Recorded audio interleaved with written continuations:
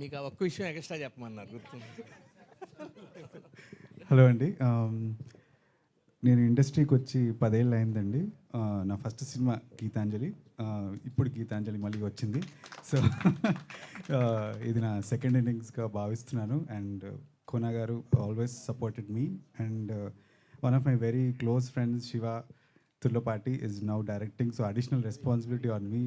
So background score త్వరలో start చేస్తున్నాము. So మీ అందరి సపోర్ట్ మాకు కావాలి. అందరంటే వాళ్ళు వచ్చి ఏమన్నా తబలాలు కొట్టడం, ఫ్లూట్లు అవన్నీ వాళ్ళు కూడా వచ్చి నీకు గ్రూప్గా ఉండి. ఈ సినిమాలో 4 పాటలు ఉన్నాయండి, including the theme song. And మీరు ఇప్పుడు విన్న బిట్ థీమ్ సాంగ్ నుంచి.